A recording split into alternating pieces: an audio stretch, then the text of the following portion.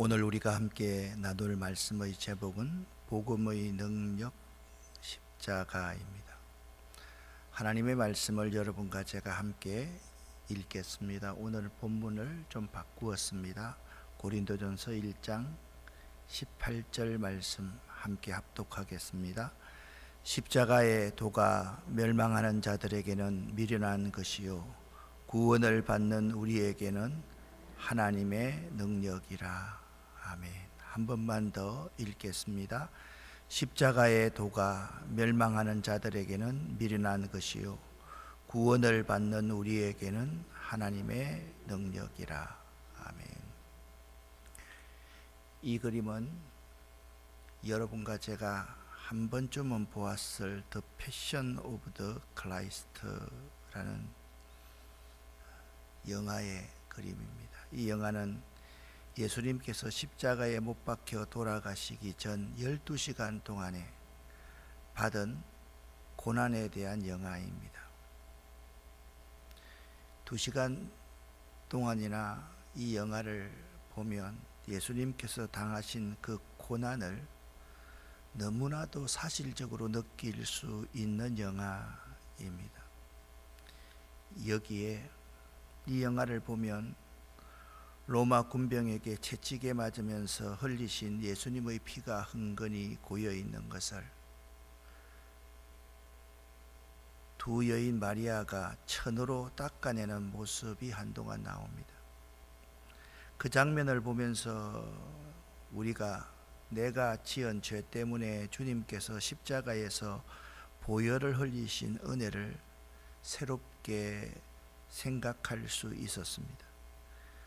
그리스도께서 우리를 위해서 받으신 고난이 얼마나 크고 잔혹한지를 보면서 내 안에 우리 안에 거하는 죄의 세력이 얼마나 끈질기고 강한지를 느끼며 다시 한번 주님의 십자가를 생각하게 되었습니다. 성경에서 십자가는 예수 그리스도의 완전한 복종을 말합니다. 또한 자격 없는 죄인을 향한 하나님의 완전한 사랑과 은혜를 십자가는 상징하고 있습니다. 성경은 십자가의 의미를 바로 깨닫게 되면 자신의 모든 자랑거리들을 보잘것없는 것으로 여기게 된다라고 말을 합니다. 예수를 따라 날마다 자기 십자가를 지는 순종의 삶은 복음으로 살아가는 삶입니다.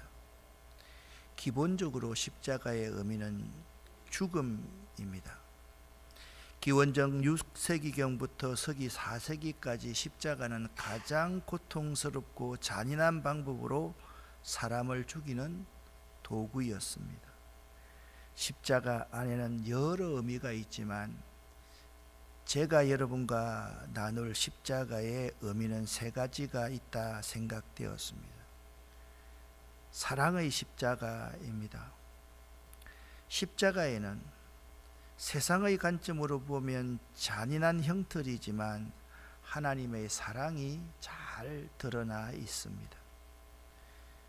승리의 십자가입니다. 세상을 지배하고 있는 사탄의 세력에 대한 궁극적인 승리를 십자가는 우리들에게 보여주고 있습니다. 구원의 십자가입니다.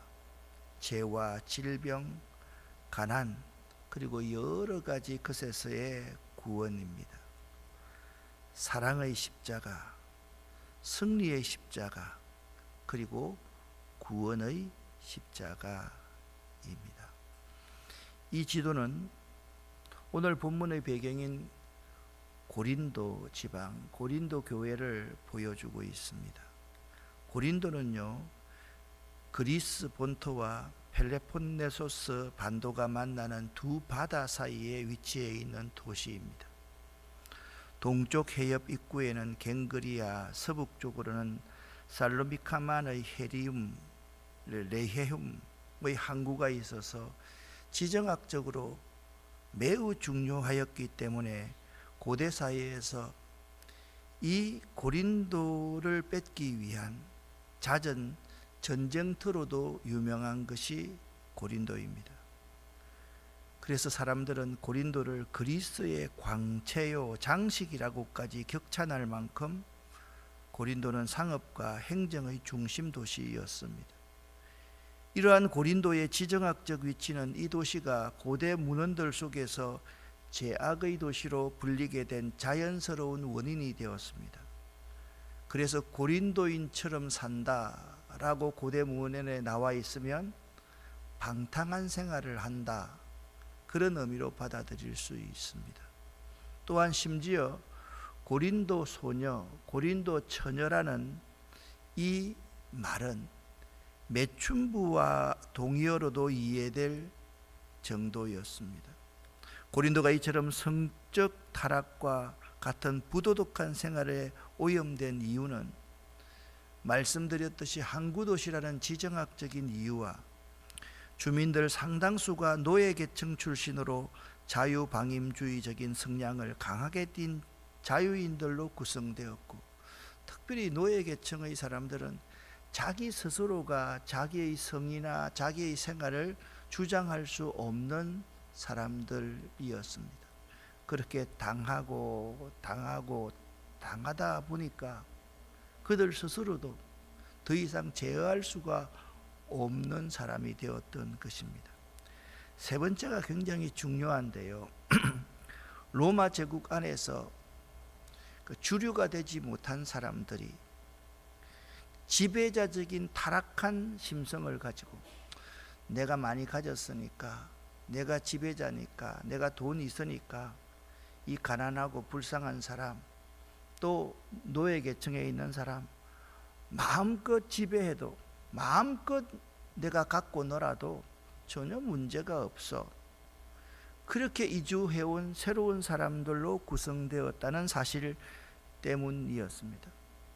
그런데 하나님께서는 바울을 통해 어제 에베소와 마찬가지로 바로 그 고린도 그곳에 전략적인 교회를 세웠습니다. 이 중요한 위치에 설립된 고린도 교회는 썩 괜찮게 성장하고 있었는데요, 항상 좋은 일에는 마가 끼게 마련이지 않습니까? 이 교회의 몇 가지 문제 중 하나가 분파주의였습니다. 교회 안에 나는 바울파다, 나는 아볼로파다, 나는 게바파다, 나는 그리스도파가 존재하였던 것입니다. 이 분파주의의 원인은요, 그 시대는, 오늘날 우리는 세례를 그렇게 대단하게 생각을 하지 않고 받을 수도 있는 것이야, 그쯤 생각하지만은 그 시대에는 세례를 받는다는 그 자체가 매우 중요한 시대였습니다. 이 예를 한번 들어보십시오. 온 천지가 다 무슬림들이 있는 곳이라면 그곳에서 내가 세례를 받는 것이 얼마나 어려운 일이고 결단이 따르는 일이겠습니까? 그들 가운데, 그 타락한 도시 가운데 예수를 믿게 된 사람들 가운데 우리 가족은 누구에게 세례를 받았는가, 그것이 매우 중요한 문제였던 것입니다. 바울은 고린도 교회의 분파주의에 처해 있던 그들에게 이렇게 강조합니다. 세례가 중요한 것이 아닙니다. 복음이 중요합니다. 아멘. 그 복음의 중심에는 그리스도의 십자가가 있었습니다. 세례가 중요한 것이 아니라 복음이 중요한데, 그 복음의 중심에는 그리스도의 십자가가 있다, 그 점을 강조하고 있었던 것입니다.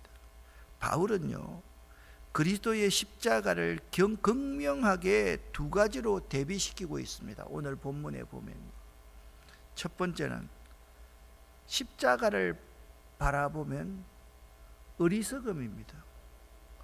왜 저렇게 어리석게, 이 세상에서 말이야 출세하고 잘 살 수도 있고 누리고 살 수도 있었을 건데 왜 저렇게 어리석지?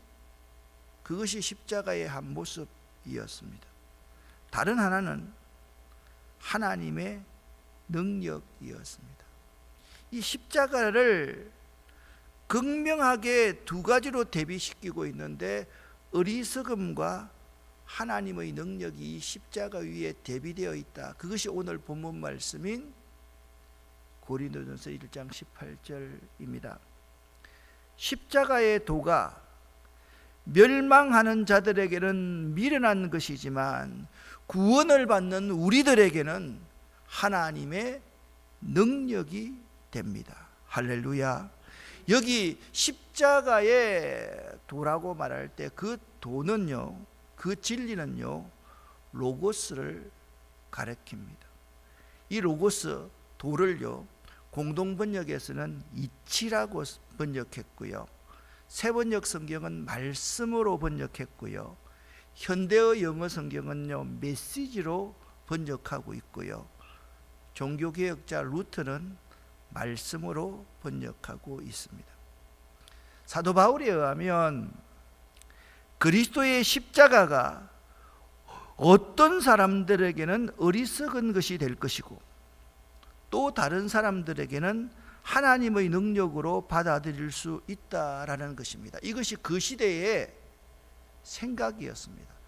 아마도요, 여기 어떤 사람들에게는 어리석은 것이 될 것이고, 이 어떤 사람들은요 매우 많은 주류들이었을 것입니다. 매우 많은 사람들이었을 것입니다. 그런데 또 다른 사람들에게는, 이 또 다른 사람들은 어떤 사람입니까?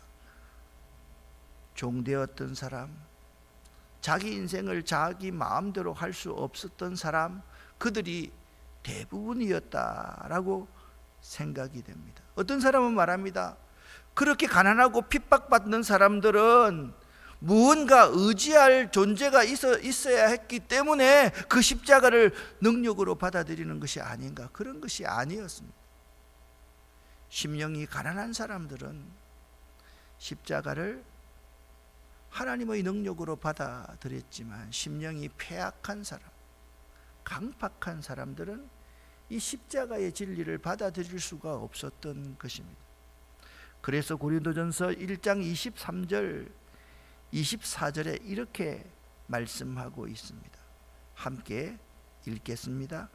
우리는 십자가에 못 박힌 그리스도를 전하니 유대인에게는 꺼리는 것이요 이방인에게는 미련한 것이로되, 오직 부르심을 받은 자들에게는 유대인이나 헬라인이나 그리스도는 하나님의 능력이요 하나님의 지혜니라. 아멘, 아멘. 꺼리는 사람이 있습니다. 그러나 받아들이는 사람이 있습니다. 기꺼이 받아들이는 사람이 있습니다. 사랑하는 성도 여러분, 그 시대나 오늘 시대나 여러분과 저는, 우리들은 오직 하나님의 부르심을 받은 자임들임을 믿습니다. 여러분, 그렇게 믿을 수 있기를 간절히 바랍니다. 그렇게 받아들일 수 있기를 간절히 바랍니다. 여기 18절에 멸망하는 자들과 23절에 꺼리는 유대인과 이방인은 모두 예수 믿는 것과 상관없는 사람들입니다. 그들에게 예수의 십자가는 참 어리석은 일이었습니다. 예수님이 당하신 십자가 처형은 아무에게도 인정받지 못하고 동정받지 못한 것이 사실입니다. 그야말로 개죽음과 같았습니다. 당시 사람들은 십자가 처형당한 사람을 그렇게 생각했더랬습니다. 그런데 바울은 예수 십자가 사건이 오히려 하나님의 능력이고 지혜라 말합니다. 그 이유는 그 십자가 사건을 받아들이는 사람에 따라 차이가 난다라고 바울은 가르치고 있습니다. 예수 십자가를 통해서 나의 죄가 용서받고 내가 구원받았음을 믿는 사람에게는 그 십자가는 엄청난 신비요, 아멘, 그렇게 믿습니다. 당연합니다. 십자가가 하나님의 능력이고 하나님의 지혜입니다. 이것이 믿어지는 사람은 복 중에 복을 받은 사람입니다. 아무도 이 사실을 쉽게 믿을 수가 없었습니다. 하나님의 지혜와 세상의 지혜는 대립됩니다. 세상의 지혜는 자기를 내세우지만, 자기를 자랑하지만, 하나님의 지혜는 오히려 자신이 어리석다는 것을 나타내고 고백할 뿐입니다. 기독교의 신비는 바로 여기에 있습니다. 그리스도인들이 은혜를 받으면요, 꼭 이렇게 말합니다. 나는 부족합니다. 나는 연약합니다. 나는 죄인입니다. 나는 하나님의 도우심이 없이는 한순간도 살아갈 수 없는 자입니다. 그렇게 고백하는 사람은 그리스도인입니다. 그런데 세상 종교에서는 은혜를 받은 사람은 자꾸만 자기가 경험한 그 기적을 자랑합니다. 자기를 드러냅니다. 자기 자랑을 합니다. 어떤 사람을 자랑합니다. 이것이 복음과 세상 종교와의 차이입니다. 여러분은 어떻습니까? 여러분은 하나님의 지혜, 그 하나님의 지혜를 소유한 사람입니까? 여러분 스스로는 여러분을 드러내며 살고 싶습니까? 아니면 나는 참 어리석습니다. 나는 참 부족합니다. 나는 하나님의 도우심이 없이는 한순간도 살아갈 수 없습니다. 이 점을 나타내고 고백하고 살아가십니까? 오늘 20절과 21절에 이런 말씀이 기록되고 있습니다. 함께 읽어보겠습니다. 지혜 있는 사람이 어디 있으며 학자가 어디 있습니까? 이 시대의 변론가가 어디 있습니까? 하나님께서 이 세상의 지혜를 어리석게 하지 않으셨습니까? 세상이 자기의 지혜를 통해서는 하나님을 알지 못하게 하신 것이 하나님의 지혜입니다. 그래서 하나님께서는 우리가 전하는 어리석어 보이는 말씀 선포로 믿는 사람들을 구원하기를 기뻐하셨습니다. 아멘. 이 말씀을 잘 보십시오. 이 말씀에 세 종류의 사람들이 거론되고 있습니다. 첫 번째는 지혜 있는 자입니다. 두 번째는 선비입니다. 세 번째는 변론가입니다. 지혜 있는 자, 선비, 변론가는 당시 로마 시대에 잘 나가는 사람들이었습니다. 그들은 스승이요, 학자요, 웅변가요, 변호사요, 정치인이요, 제사장이요, 선지자 등등이었습니다. 누구나가 존경할 만한 사람들이 여기 세 부류의 사람들이었습니다.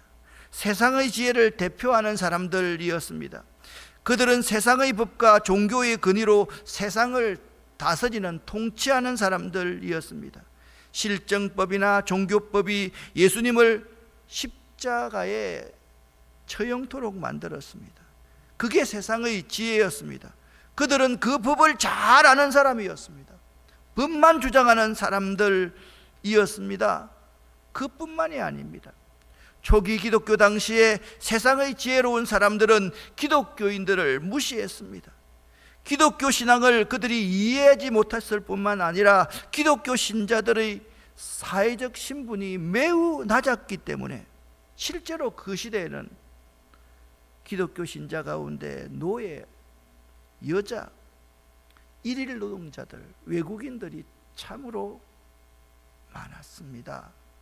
그렇기 때문에 이 지혜 있는 사람은 그들의 가진 학식과 권력과 권위를 가지고 이들을 눌렀습니다.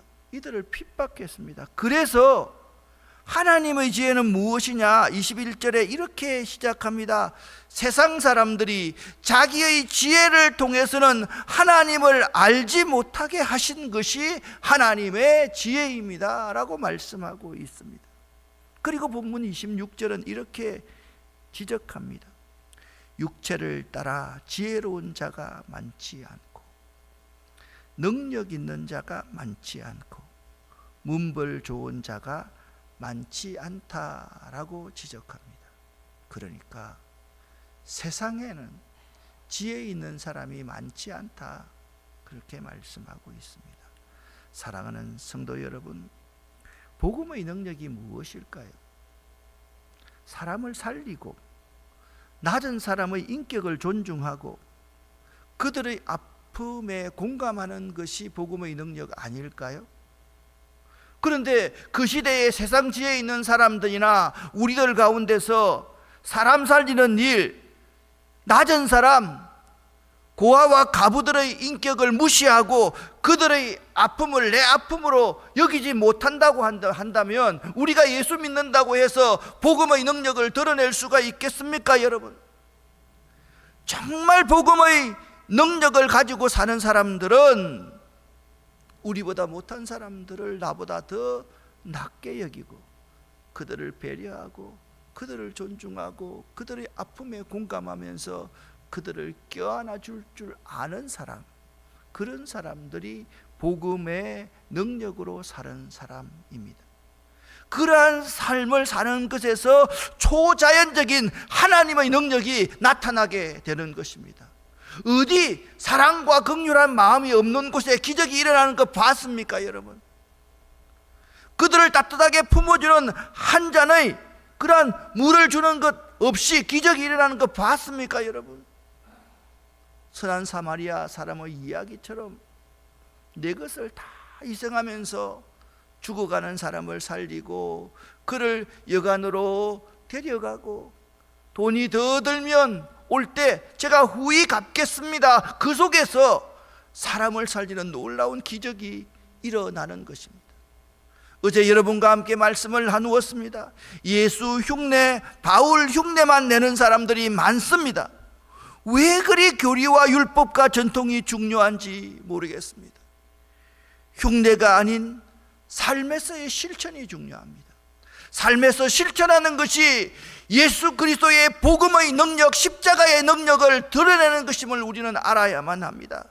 삶에서 내가 썩어지는 하나의 밀로 살아가는 것이 능력을 드러내는 예수의 제자인 것입니다.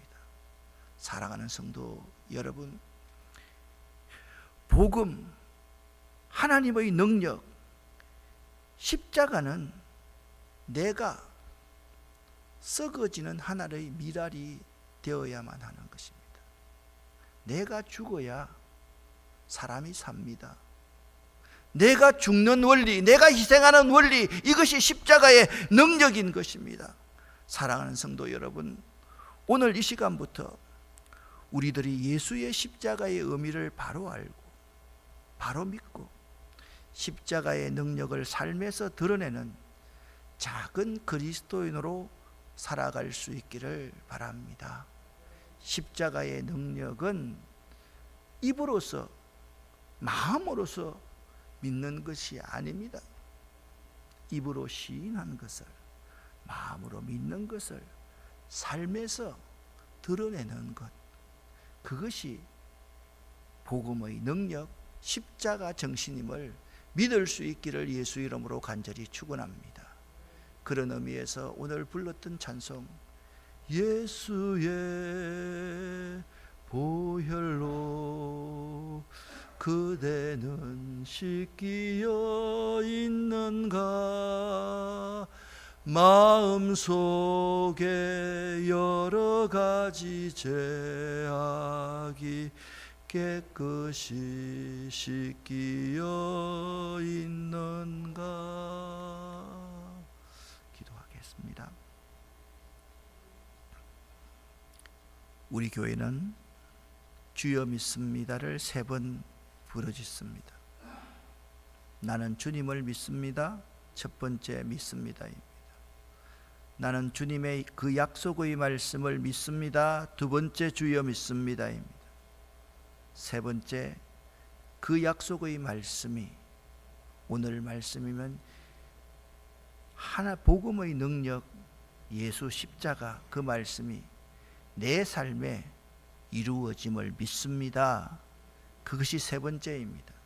여러분, 의미를 생각하면서 너무 크게 할 필요도 없습니다. 천천히 주여 믿습니다 3번 부르고 기도하고 돌아가겠습니다.